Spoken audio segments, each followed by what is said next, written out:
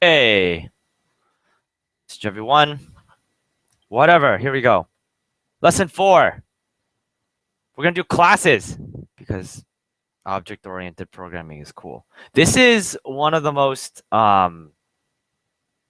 powerful, I would argue, one of the most powerful things that you'll learn about modern programming is how classes work, what the idea behind classes are.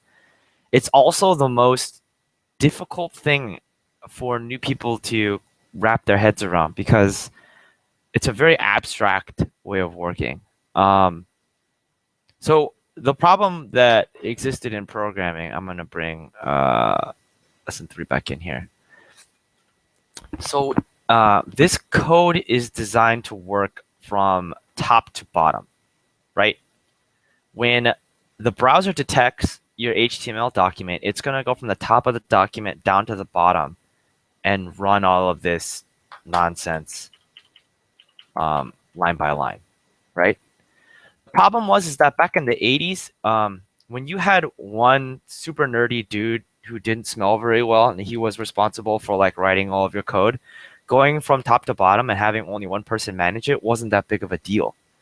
But once programs started getting really freaking complicated, people ended up writing the same sets of code over and over and over again because the code would only run from top to bottom. And when you needed it, you'd have to write it again, right? Or you would have to do these crazy like, oh, jump to line 8 and start from line 8 and have the program run all over again, like really complicated situations. So programmers developed object-oriented programming in order to be able to more easily reuse code and to also, um, let's see, organize code better and to make it easier for people to work together. So those were kind of the goals.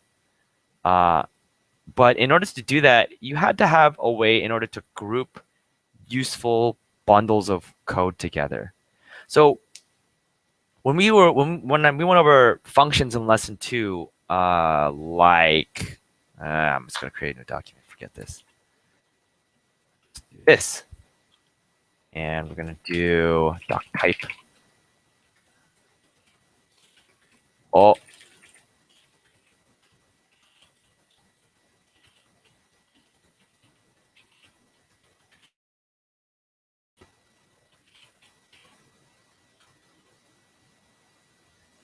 this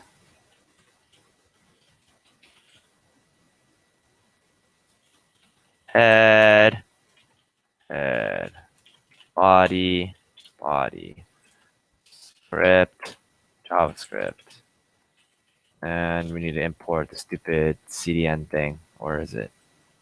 Where is it? Is it here? Is it here? Okay. CDN for jQuery. Okay, so if you remember back in lesson 2, I just to recap, I'm just creating the skeleton of a normal HTML document, right? We have the doc type tag, we have the HTML tag, the head, and then the body. I'm gonna create a bunch of spaces here so you guys can see better. Lesson 2, we talked about functions, and they're a way to bundle code together. And if you recall, the way to type out a function was you type out the word function, F-U-N, right? And then you give the function a name. And this name should be a verb. It should be something that you do or something does, right? Let's call it be gangsta because we're going to be gangsta. And then to say it's a function, you have to do open and close parentheses and then open and close curly brace. And if you remember, uh, whatever's inside of these open and close curly braces is what's going to be ran when we call the function. When we tell the computer, hey, look for a group of code named bgangsta and run that crap, right? So in here, you can do things like console.log or alert or prompt, all this. No, not this. This is nonsense. Let's not do this one. This one's crazy.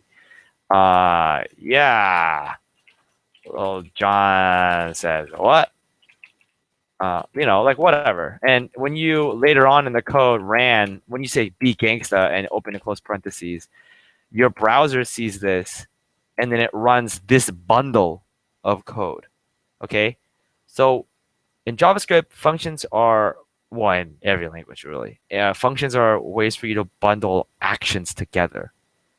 Um, but what if you wanted a bundle of both variables and of something that you do?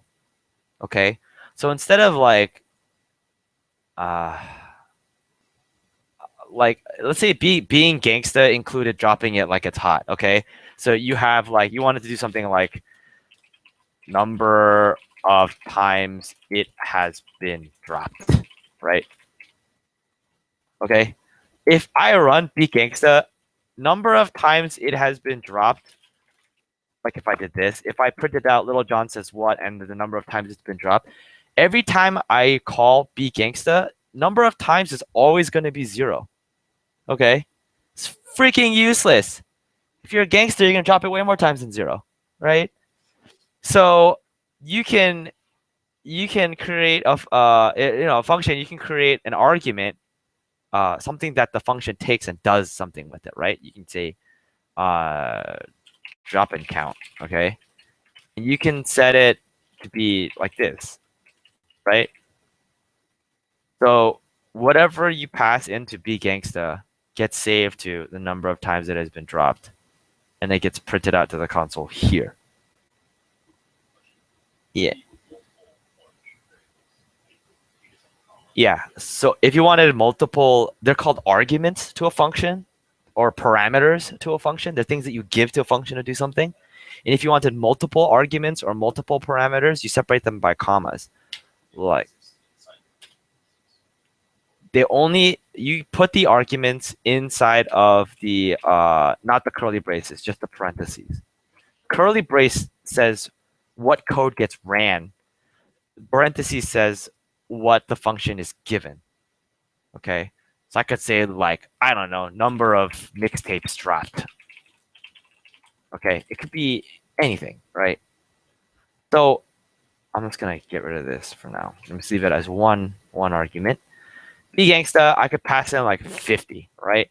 So now be gangsta, this function is gonna take the number 50 I pass in here. 50 is gonna be saved into a variable called drop and count. Okay. And then this code's gonna fire. And number of times it has been dropped gets saved to drop and count. Okay. And it's going to print out Little John says 1 and 50. Still not that useful because it doesn't keep track of the last times that I've done be gangsta. Like, let's say I wanted to be gangsta, like, I don't know, like 10 and 2, whatever. And let's say I wanted it to keep track. I want the program to keep track of the total sum of the numbers that I pass in. So instead of it always just telling me what the last number I 50, 10, and 2. With the current code as it's written now, that will not happen. Okay? Even if I did something like this, like number of times it has been dropped plus drop and count. Okay? Like take the old version of number of times that has been dropped and add the current drop and count. This won't work because every time that you call this function, the system is going to create a brand spanking new variable called number of times it's been dropped, right? And it's going to add drop and count. So you have a couple of options of getting around this problem if you want to actually save for the sum. One of them is to define the variable outside of this function. Okay? So if I copied and pasted this, okay? Let's say I define this variable out here first, and then I do this. Number of times it's been dropped, number of times it's been dropped plus drop and count. Since this variable is stored and declared outside of the scope of this function, it exists as a separate cardboard box outside of the waiter, the guy who does something of be gangsta. Okay? So when I call this for the first time, when this code runs for the first time, be gangsta is going to run. I'm passing in 50. Drop and count becomes 50. Number of times it's been dropped starts out as 0. and it's now going to be assigned to number of times it's been dropped plus the drop in count. Okay, this is 0 right now. This is 50 right now. So now this number 50, represented by these two things, gets stored into number of times it's been dropped. And because this was declared outside, it continues to exist after repeated function calls. Okay. So this is now 50. Little John says what? 50 be printed the first time. And an alert will say, yeah, well, this is not necessary. I'm going to delete this. That's just silly. So after that function, you wrote, you just asked what number of times that the drop is, just 50. Joseph asked, after this function runs for the first time, if you ask for a number of times it's been dropped, it would just say 50. And after this first line is ran, that is correct. Okay. But the next line, when bgangsta 10 is called, okay, 10 becomes drop and count. All right. Number of times it's been dropped is equal to number of times it's been dropped plus drop and count. Okay. Because of this previous call, this is 50 right now. And drop and count currently is 10.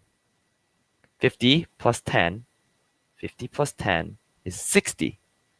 And the number 60 gets stored because of this equal sign into this cardboard box called number of times it's been dropped. So now it holds 60.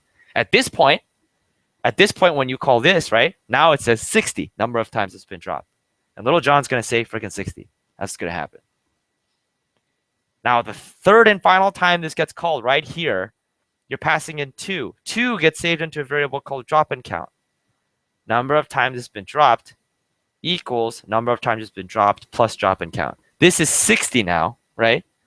I passed in 2. 60 plus 2 is 62. That gets stored into number of times it's been dropped, right? Into this bad boy. And now the final value of number of times it's been dropped is now 60 frickin' 2. Okay?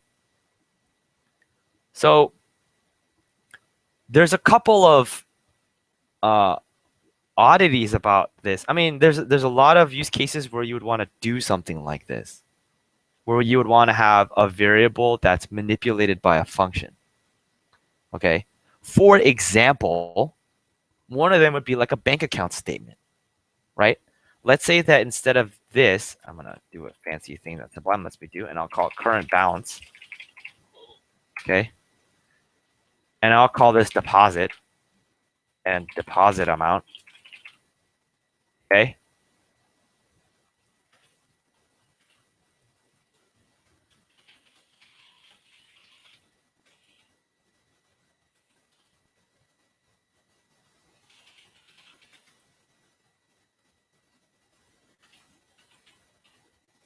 Okay? Let's say it was like this. You want your current balance to be able to be manipulated by a deposit, for example. Okay? I'm going to copy this function, and now I'm going to call it a withdrawal.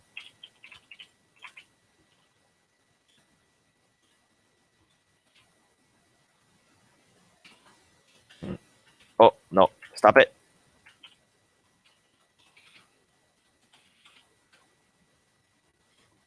Okay? Well, you know, like, I don't know. Well, in this case, you want your current balance to exist outside. You have your current balance out here. You've defined how deposits work, and you've defined how withdrawals work. Deposits will add to your current balance. Withdrawals will subtract from your current balance. All right? So let's say I want to run this stupid code.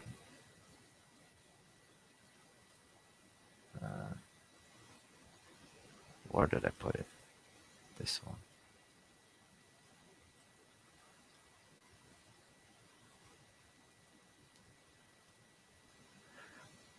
Oh, I need a space. Okay. Deposit 50. Your current balance is now 50.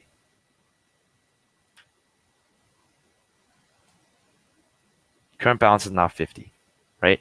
Deposit 10. Your current balance is now 60. Deposit 2. Your current balance is now 62. Cool? and then withdrawal 10, your current balance is now 52. Okay?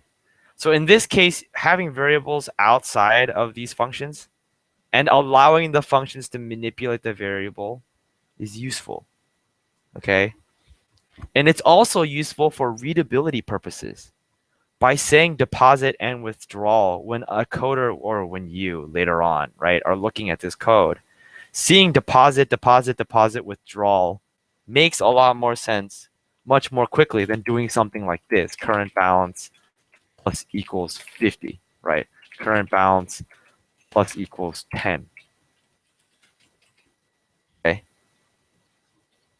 Oh, add it and then save it in. This is the same thing. Plus equals is add it and then save it into this variable.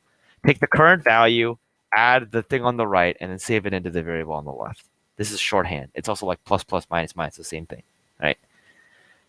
Sorry, I just didn't mean to. I should explain that. Deposit is much more useful than this line, although they do the same thing, right?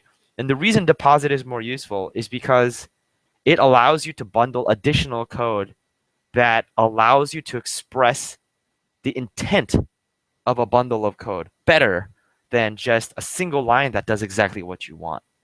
And listen, when you code, you're gonna be freaking wrong at some point. Like, you're gonna make a mistake. Everybody makes a mistake. It's okay. Allowing yourself to create methods that or functions that are really descriptive help prevent against those kinds of things, right? Well, what happens when you want multiple bank accounts? Okay, this current code is only set up for one freaking bank account. This sucks. What kind of bank only banks for one person? Well, I guess if you're, what's that? I can't remember. The huge investment firm that only does like $10,000 shares. You know what I'm talking about? No, I forget. Anyways, Berkshire Hathaway. Yeah, unless you're like those freaking guys, you know, just like managing one super rich dude, just a couple of super rich dudes' money. But this isn't really useful because this is only one bank account, right? Like, what the heck is this? What if you wanted to deal with multiple accounts, right? To deal with an additional person would mean that you have to copy like a new balance, right? And I have to call it something stupid, like I have to be like James balance, right? And now I do this so that deposit and withdrawal work correctly, right? But now what happens if I do like Cindy's balance? Okay. Then I have to do stupid Cindy's balance and then do the same set of code. I have to copy it every time. The reusability here is terrible, right?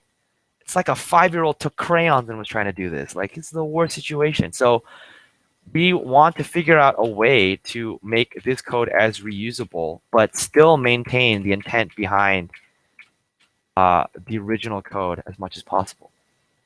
This is where classes come in. Classes were a novel solution to this very problem.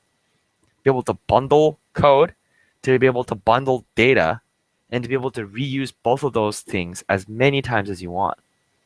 Okay? So we're going to take a look at exactly what that looks like and how to make it work. So does everyone understand what the problem is here? Problem we're trying to solve. Stupid programmers. I can't tell you how many times I've read a really bad file, like terrible code, looked up at who authored it, and it was me. It's because I forgot to like comment something right or make the method names clear. Like, you know, when you're doing thousands of lines of code, you read something sometime later, just like, why did I do this? Making sure that the names make sense and intent is clear is very important. Okay. I'm going to pause for a second because the stream is a little behind. Anyone have any questions here? That was not a real fart. I pushed on Rubber Grommet if you heard that. Anybody have any questions here? Please use the Q&A box. Any questions regarding what we're trying to do?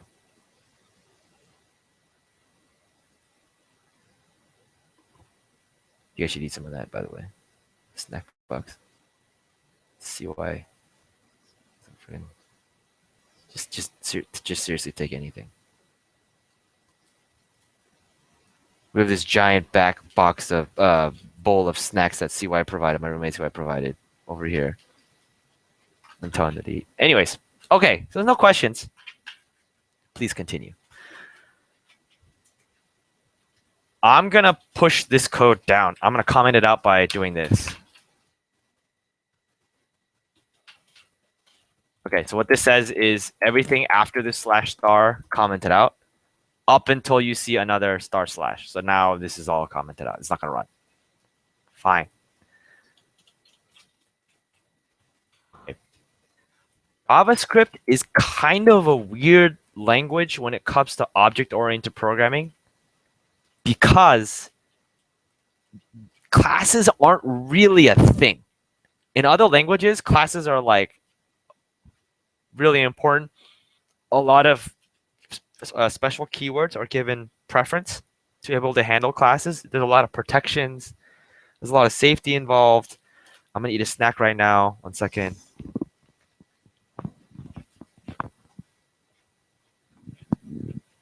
But JavaScript, it almost lets you get away with anything, which makes it a very easy language to learn, but also an incredible scary one to learn. So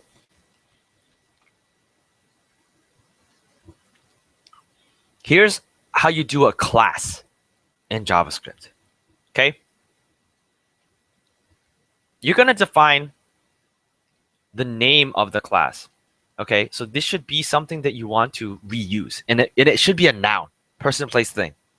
Okay? So for example, in our previous intro, whatever, I was talking about bank accounts. Okay? But for now, we could do that. Let's just do bank account. Whatever. Screw it. In general, class names have a capital first letter. This is really, really important. All other variables, just as convention, should start with a lowercase first letter, but classes start with an uppercase first letter. This is to differentiate it from variables that are just variables and special words that you've defined that are classes. So when you look at your code, you'll see a variable that starts with a capital first letter, and you'll know this isn't actually a variable name. This is a class that I'm dealing with. So classes, as opposed to like account, right? I should start with a capital first letter, just for clarity. Okay, so we're defining a class called bank account. And interestingly enough, in JavaScript, when you define a class, you have to use the function keyword. Okay, so it's bank account, var bank account equals function, open and close, open curly brace, close curly brace, boom. Okay.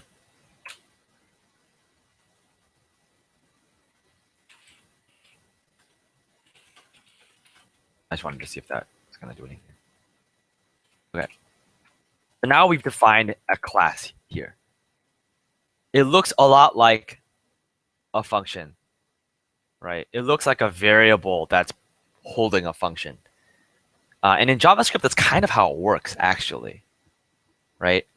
And what this basically says is that every time that you use the class name bank account, run this function. That's what's going to happen. Yes. So is it different from that class?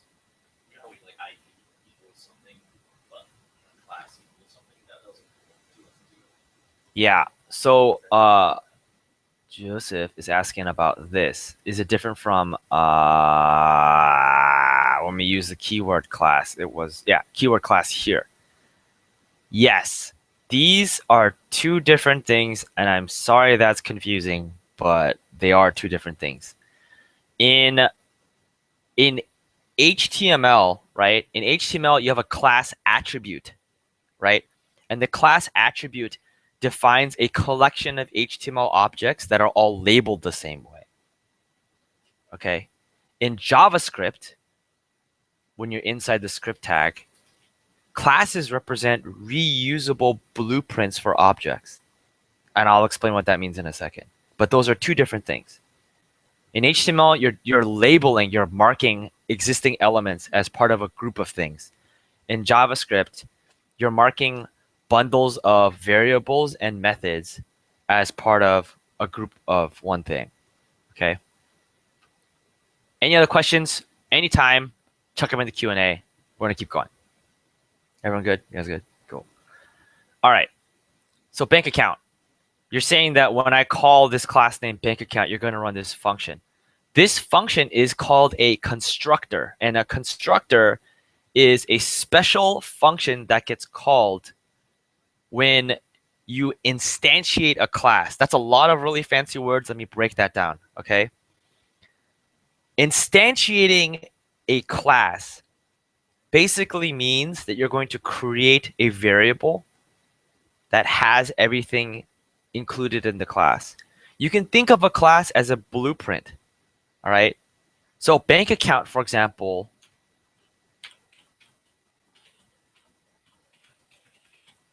right, can have a current balance. Bank accounts can also have what's it called? Owner name. Okay. So what we've said is that this blueprint for a bank account has two variables in it. The first variable is called current balance, and it starts out with a value of 0. The second variable is called owner name, and it starts out with a string that has nothing in it. It's an empty string. Okay, this is the blueprint. The keyword this here, well, Joseph's question was, why do you have the word this? The keyword this here says this class has a special, what's called a variable, right? If the variable is part of a class, it's called a property. Okay, this class has a special property named blah, blah, blah, blah, blah. Whatever comes after the this dot. That's what the this is for. So bank accounts have a current balance, and they start with a value of 0. Bank accounts have an owner name, and they start with an empty string. Okay? So we've defined a blueprint. Bank account doesn't actually exist right now. All right? This constructor function is what gets called when you say create the actual bank account. This is just a blueprint, right? Constructors are functions that are called the moment that you ask for a class to be instantiated or generated, right? You actually create that object from the blueprint. It's called instantiation, right? Constructors tell them how to give initial values to that object. So if I create new stupid parameters here, right, like balance and name, right?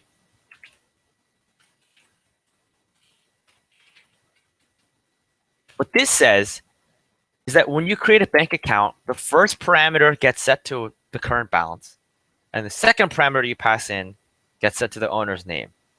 So what you're saying is I have this blueprint of a bank account, and it has two things, a balance and a name. When you hand it to the factory to be made, to be instantiated, right? You're giving the factory, here's the first balance that you make. I'm going to give you two things. Every time I give you two things, the first thing that I give you is going to be what I want the current balance to be. And the second thing I give you was what I want the owner name to be. Okay? So let's try instantiating a bank account right now. What it looks like is it looks like this. You do variable. Just like any other variable, you just give it a normal name. I'm going to say Paul's balance. Could have been anything. Could have been anybody's names, right? Could have been anything. Paul's balance equals, and the keyword here to tell the system to instantiate or create, right, from the blueprint is the keyword new, right? And then you use the class name, okay, which we've defined to be bank account. Open and close parentheses, semicolon. This calls the constructor. Well, the constructor that we defined here on line 12 says that it takes two parameters, balance and name. So I'm going to pass in 10, and I'm going to pass in Paul. What happened? What this says is I'm creating a class, a blueprint, and it's going to have a balance, a current balance, and an owner name. And when you create it for the first time, every time you create it, you're going to pass in two values, a balance and a name. Whatever you pass in for the balance is going to be the starting balance. Whatever you pass in for the name is going to be the starting owner's name. Got it? Now, line 17 actually creates that account. It's going to store it in a variable called Paul's balance. And it's going to say, create a new account starting with 10 and the name Paul. Okay? So now Paul's balance has 10 in its current balance field, and its owner's name is Paul. That's all stored in this variable. How do you pull it out? How do you pull out that information? Well, now you can do Paul's balance dot current balance, and that will refer to whatever the balance is. Okay? So if I console log, let's do this. Console.log Paul's balance, Paul's current balance is plus Paul's balance dot current balance. Log. The owner of the bank account is plus Paul's balance dot owner name.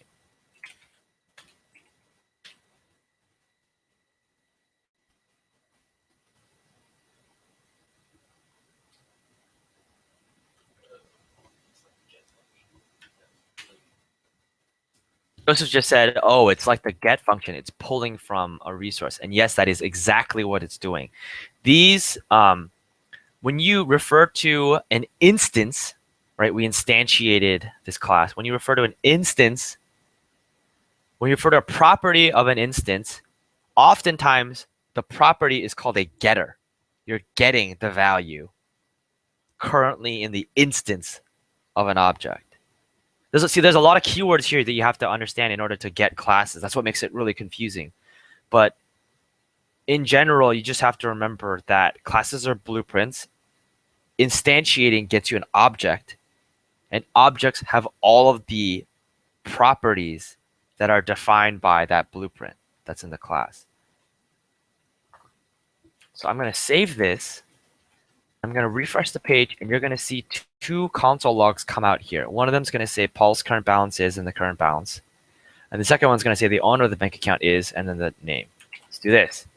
Paul's current balance is 10. The owner of the bank account is Paul. Cool. So friggin' I can let's do this. Let's do something crazy, right? I'm going to do how to do this. What's the best way to do this?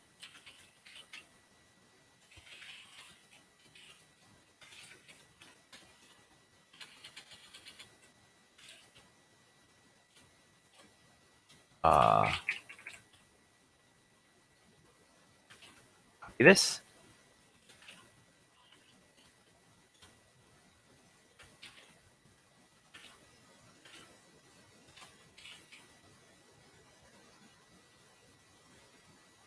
Save this. I created a new object called Cindy's balance. It has new bank account. I don't even know how many zeros I punched in. That's a lot. That's more than 1 million. And then Cindy. Okay, so I save. And I run, and you'll see I hit the wrong thing. Run. Cindy's current balance is freaking gangsta. And then owner of the bank account is Cindy. Okay. So you'll see. Oh, I saved this file, and then I hit refresh in the browser. That's what I did. So you'll see that this changed. And you can do comparisons. If you remember back to lesson 1, we did conditional statements, if statements, right? If, and you can pull the values out of these bad boys. If Cindy's balance, right, dot, what is it, current balance is greater than Paul's balance, our current balance, right? Well, I almost did an iOS thing. Cindy has more money than Paul because she's fallen out of control and Paul is poor. Do this. see Cindy's more money than Paul because Paul on control and Paul's poor. This is because Cindy dot current balance gives back this ridiculous 0 nonsense, and Paul's current balance returns 10 because Paul is reasonable and manages his finances well. Okay, so but he still has less money. If I flip this to a less than, save it, refresh, you will see it does not print out. Right? These are two separate instances of the same class. They both have balances and they both have names. But because you've instantiated them separately and stored them in two separate variables, Paul's balance is not stored in Cindy's balance. Okay? So classes allow you to keep bundles of variables together and bucket them in different things. And you're able to name those variables. If you recall back in lesson 3, the last lesson, we did arrays, right? I could have done this like Paul's balance equals, and then like, I don't know, 10 and then Paul, right? Problem is that if I want to refer to the balance, I have to remember every time that index 0 refers to the balance value and index 1 refers to the name value, right? It's not as descriptive. Paul's balance 0 is not as descriptive as Paul's balance dot current balance. See? So classes allow us to handle both the readability, reusability, and collaboration elements that I talked about at the very beginning of this lesson. Okay. Well, bank accounts you can do a lot more bank accounts than just freaking storing variables. Let's make it do stuff. Let's give it some methods, some functions. I'm going to comment all of this out now. Okay. Keep the class. To add stuff, I'm going to do bank account. Remember that deposit and withdrawal that we did earlier? I'm going to do deposit. Oh, sorry. Prototype dot deposit. Okay. Equals function. It does now. He said deposit doesn't exist though, does it? And I said it does now. Deposit amount. Okay. So what this says is in the bank account class, in the prototype for that class, this keyword special because, like I said, JavaScript doesn't really do classes. It does prototyping in order to handle classes. These are just special functions that we're dealing with, right? In the bank account class, add a special new function called deposit. So now all bank accounts can run a function called deposit. And it's going to equal a function that takes one variable called deposit amount. Okay? And what this is going to do, inside here, I can do this dot current balance equals this dot current balance plus deposit amount.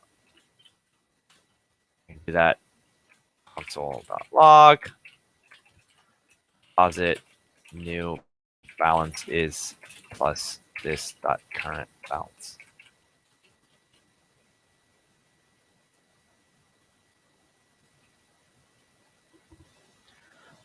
So this refers to the current instance.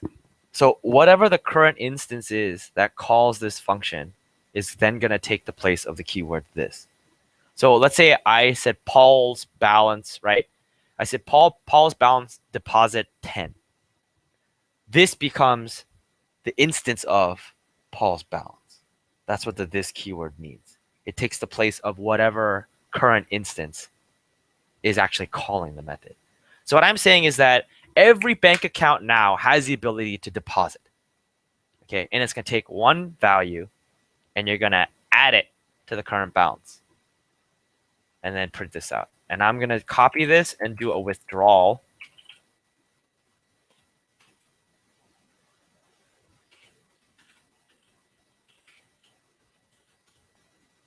Switch this bad boy. Bust.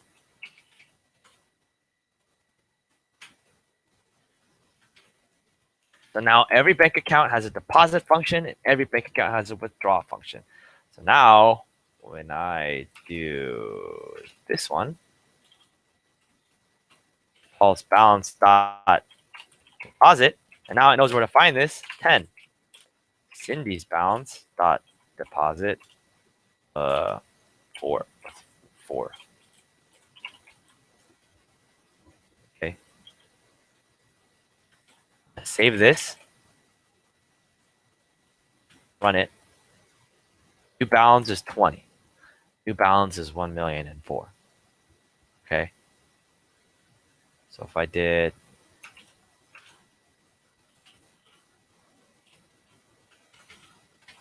all right, let's take a look at this. First, I create a variable called Paul's balance, and I'm gonna make it an instantiation of the class bank account, giving it the values Paul and 10. Now Paul's balance is a new bank account that has 10 in it and the label of Paul. Cindy's balance is a new bank account that has crap. That's $1 billion. Okay, so Cindy has $1 billion. Cindy has, she just said nice. Has $1 billion and named Cindy. For Paul's balance, we're going to deposit 10. That's what you're seeing here. New balance is now 20. Starting value of 10, and I deposit 10, which is 20. In Cindy's balance, we're depositing 4. New balance is now 1,000,004,000. Okay. Paul's balance, I'm depositing 20 again. Now it becomes 20 plus 20 is 40. You'll notice that these numbers are not the same. Okay. Because I instantiated 2 separate objects, they store their own copies of their current balance. So when I do deposits or withdrawals, they only deposit for the object that gets called. You see what I'm saying? Questions? Come on, guys.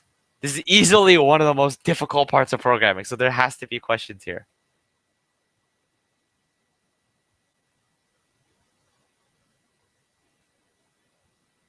No? So basically, why do we put this In line 23, why do we put this on everything? On line 23, why do we put this on everything? The this keyword means the current instance that is calling the method. It's only in that function. This keyword, in any situation, the this keyword means the current object that's calling the function. So previously in lesson 2, we had a click handler that used this dot remove. And what that said was the current HTML object that got clicked becomes this, because the object that got clicked is the one that calls the click handling function. This just means whatever the current object is that calls the function.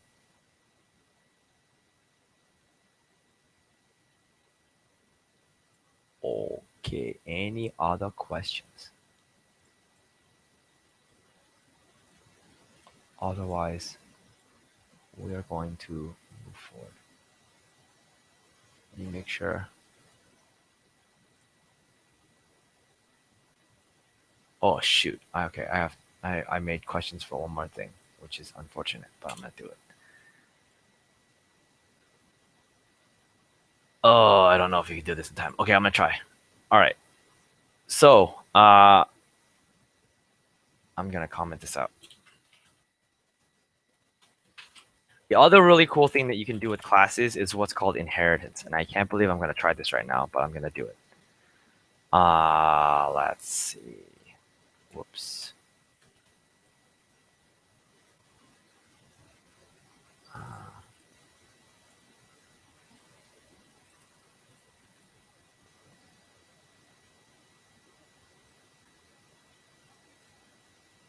Sorry. Give me 1 second. I'm finding my notes.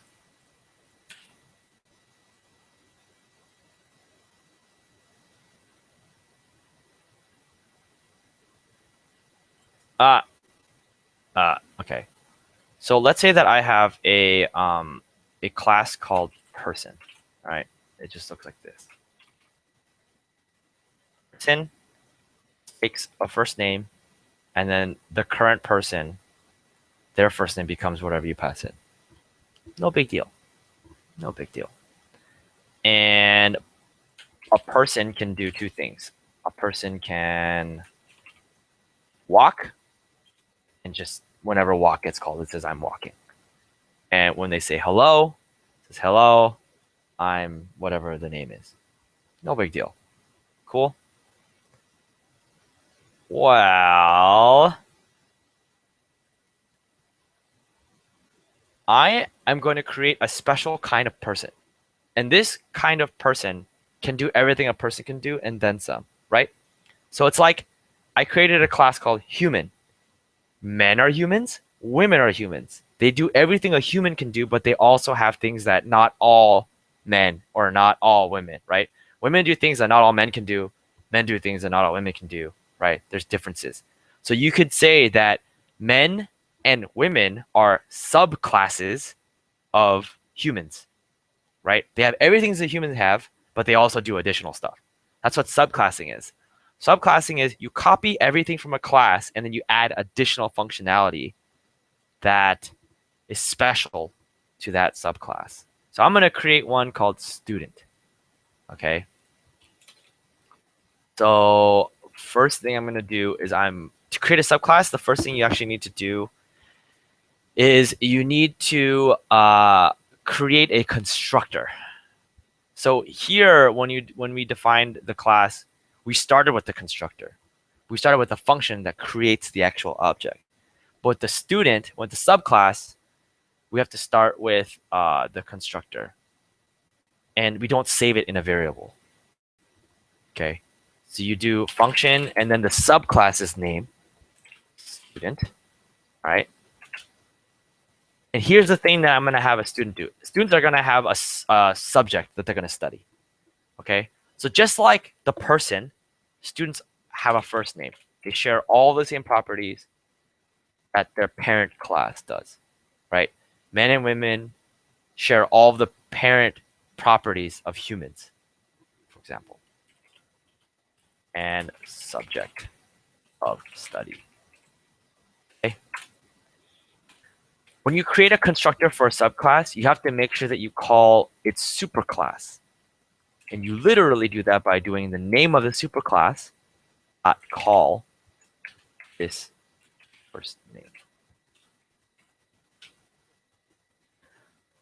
What this does is it says, hey, go to the class called person, okay? And in the property first name that it gives me, you're going to set the same thing, right? Set my parent provided property of first name. That's what this line says. You're going to call person and you're going to set first name. That's what this says. And then you're going to create a new property, just like we did for the parent. This dot subject equals subject of study. Now we got to hook it up. Student dot prototype. Oops. Dot. Oh, sorry. Equals object.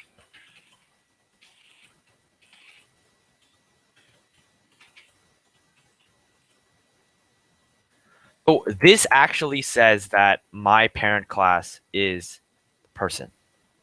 The prototype of a student is the same thing as the prototype of a parent, of a person, sorry. That's what this says. Okay, this is the keyword. This is the special keywords that you need to do in order to say one class is the subclass of another one. You have the subclass's name dot prototype is equal to object dot create special keyword, right? And then the superclass's name dot prototype.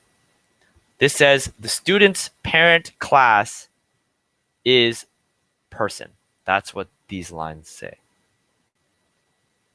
Okay.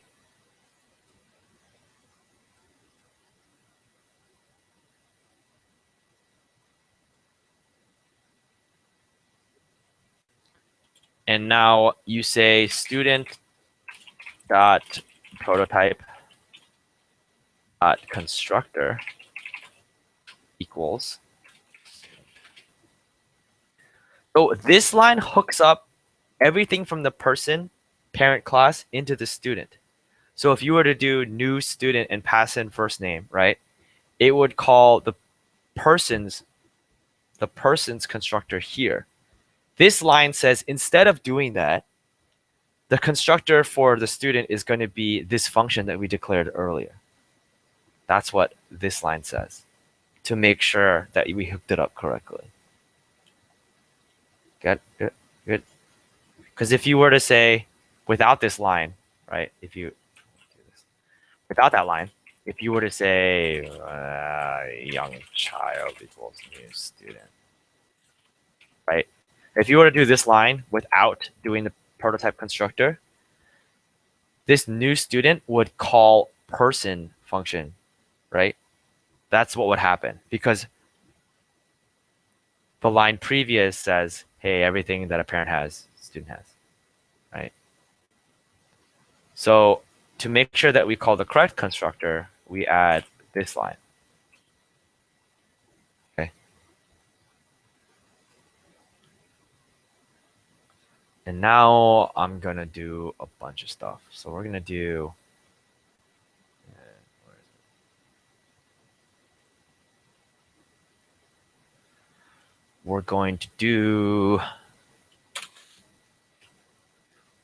our student 1 equals new student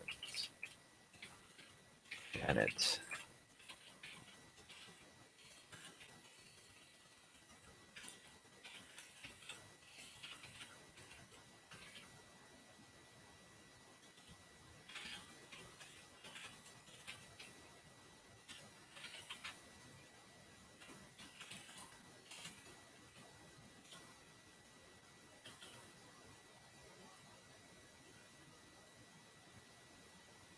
So we're instantiating a new object of student, and we're passing in Janet and applied physics.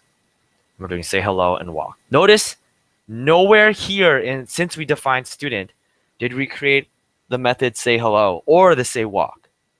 Because we hooked it up to be a subclass of person, say hello is inherited. The method is given to us for free from the person. Person has a walk and person has a say hello, right? So everything the person can do, a student can do. So if I save this crap and then I refresh, hello, I'm Janet and I'm walking. Student never defined that. Student got that from the parent. Cool. So I'm going to actually add another method onto the student, okay, called say goodbye. And it looks like this. Just student.prototype.say goodbye, new function, takes no arguments. And all that's printed is goodbye. Okay. So now I can do student1.say goodbye. If I run this, goodbye. So now student does something that a person can't do. Student now does say goodbye, and persons can't do say goodbye. The subclass does extra stuff that the parent class doesn't do, right? So if I were to create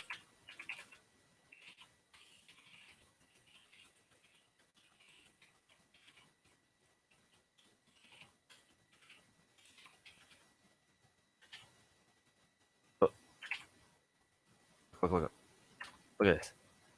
Hello, I'm Janet. I'm walking goodbye. I created a new generic person with a name, and then I told it to say goodbye. But the browser threw an error. Generic person.say goodbye is not a function. It could not find it. Why? Because say goodbye only exists for student classes. It does not exist for parent classes. We made that method only exist for the sub-child class. Or not sub-child. There's just a child class or subclass. You see? So students do things that persons do not. Q? Everyone Q? Okay. Okay, Q. We're going to do this quiz. Ready for the quiz? We're going to do the freaking quiz. I'm just going to check to make sure there's no questions. Nope. Oh, that's not what I wanted. Here's what I wanted. Is the following code legal? quiz number 4 regarding classes. Is the following code legal?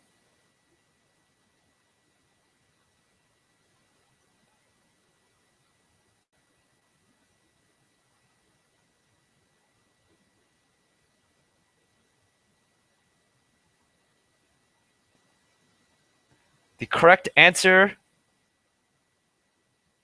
is no, because it is missing the keyword new after the equal sign on monkey.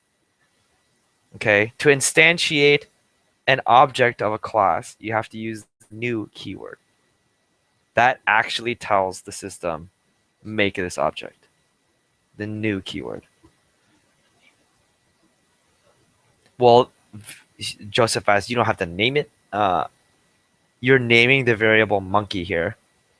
And then new animal monkey says you're going to actually generate the object off of the blueprint. That's the correct syntax. This is kind of a silly question, but it's good to remember.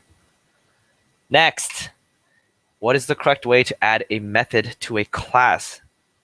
Given that you have a class declaration, variable animal equals function animal, this.name equals animal.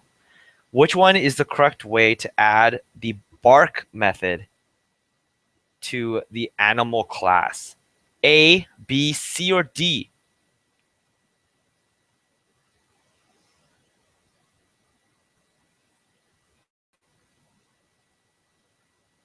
The correct answer is C, animal.prototype.bark. Animal.bark won't really work. I think that actually adds a static property, maybe. I'm not sure. Animal.class.bark is silly. Animal.method.bark is also silly. Don't do those ones. It's class.prototype.method name. That's how it works. C is the correct answer. Good job, guys. What is the output of the following code? What will you see in the console when this set of code runs?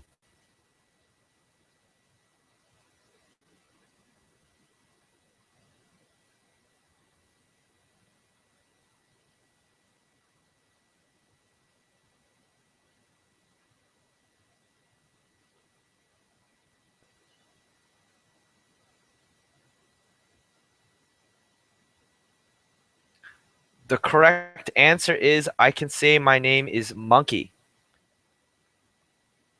Because you created two instances of an animal, one monkey and one whale. Monkey is stored in animal 1. And animals have a method, a function called speak. And whenever speak is called, it says I can say my name is and the current instance's name. So the current instance, animal 1, has a name value of monkey. So it outputs I can say my name is Monkey. That's what happens.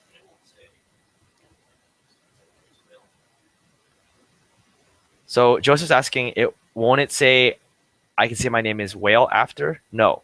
To get it to say I could say my name is Whale, you'd have to do animal2.speak after animal1.speak. That's how you would get it to happen. What is creating an instance? A, B, C, D. Which one is the correct answer?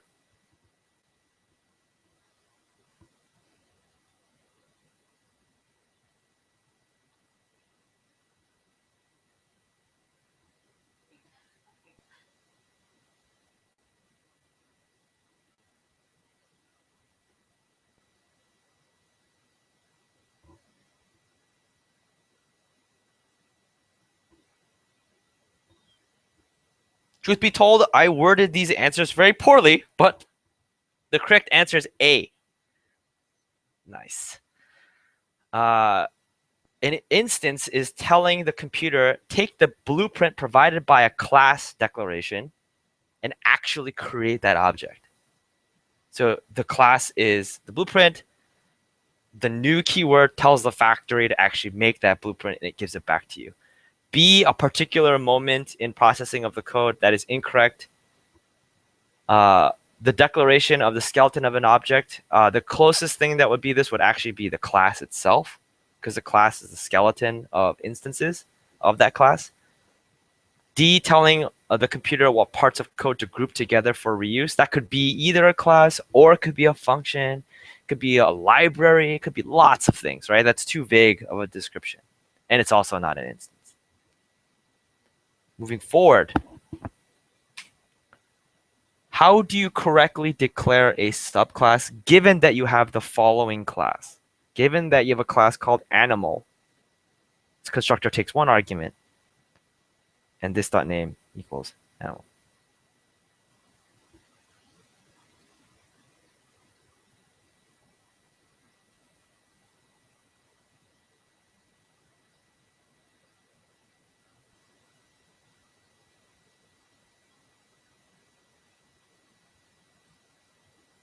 The correct answer is D. Mammal.superclass is incorrect. Superclass is not a valid keyword in JavaScript. Animal.prototype is correct. Animal.new is incorrect. Okay, that would actually try and do very silly things. C, mammal.class equals object.create animal.prototype.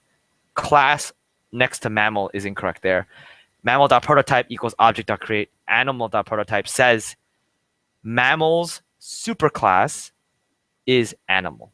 That's how you hook those two things together. Okay, that's the correct answer. That is it for lesson 4. Sorry for running over like every freaking time. The bonus challenge question is open-ended. Send me any website that you want to create, anyone at all.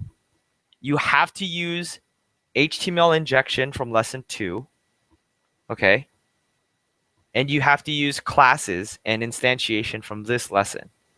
Send me any example that you like that includes those two things. That's it. The coolest one will get featured in lesson 5. Okay, the most interesting novel solution whoever can think of will get featured in lesson 5. All right, so I'm gonna send out a survey about how this lesson went. I tried to take it much slower and less content than the previous ones because I got a lot of feedback that I was getting too ambitious. So thank you for the one person that filled it out last time. So I'm gonna send out the email with link to this video and everything else.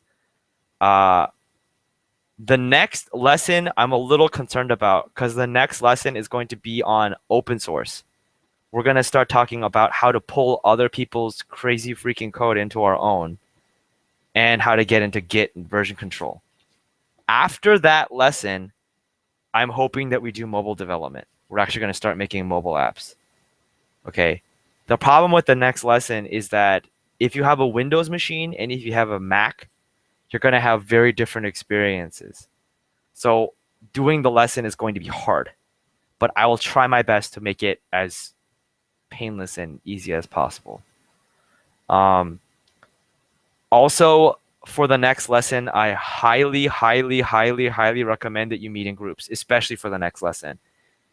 It's gonna really be useful, I promise. So please make sure that if you can join in any of the groups or if you can host a group, do so. All right, any last questions from anyone watching right now?